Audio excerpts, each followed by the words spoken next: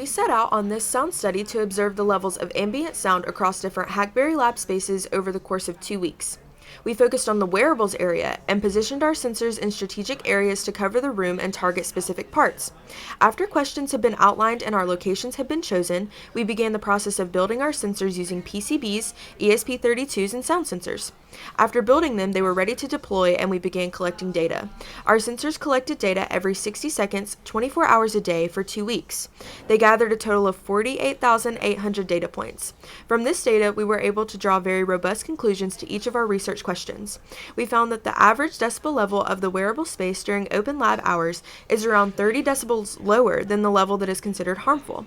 We found that the fiber laser and smaller laser cutter are most used around 8 p.m., and that the loudest time for the wearables area is 1 a.m. For our global questions, we found that the decibel level across all of Hackberry during open lab hours spans from 46 decibels to 61 decibels, with the lowest coming from the paint studio and the highest coming from the clean prototyping area. Finally, we found that using the smaller laser cutter does not have an impact on the decibel level of the nearby classroom.